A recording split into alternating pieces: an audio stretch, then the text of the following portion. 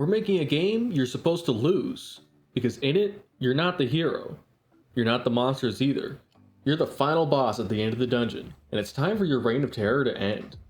I'm Max, a game designer and programmer and part of the two-person team Nowhere Games. For the past year or so, we've been working on a game called Dungeon Master, a deck-building reverse roguelike where you summon monsters against a hero in order for the hero to level up, obtain new gear, and become strong enough to take you down.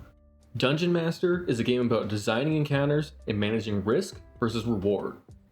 In the game, each encounter starts with you choosing the next room the hero will face.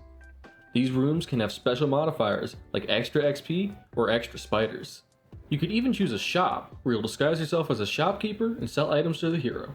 After you select a room, it's up to you to summon monsters for the hero to face. Summoning monsters costs Curse, which is a resource that goes up each round like mana and other deck builders. Monsters will drop XP and gold for the hero, but if you summon too many monsters, the hero won't last very long. But here's the catch. This resource is called Curse for a reason, and if you have too much of it saved up, bad things will start to happen. Meaning the player is forced to spend more Curse as the game progresses, in turn creating more deadly encounters for the hero to face. This is also where the game's progression comes from. Unlike other games like Slay the Spire, you don't choose a route on a predefined map. Instead, only when you start a round with a high enough Curse are you given the choice to fight a boss.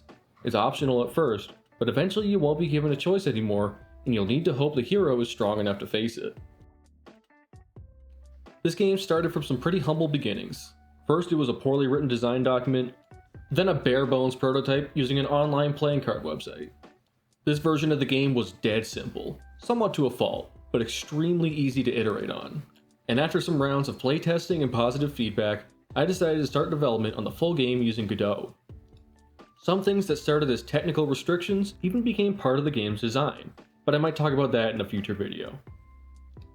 Currently, the game is somewhere between late alpha and early beta, a long way before full release, but playable in a way that reflects what the finished product should look like, give or take some major system overhauls.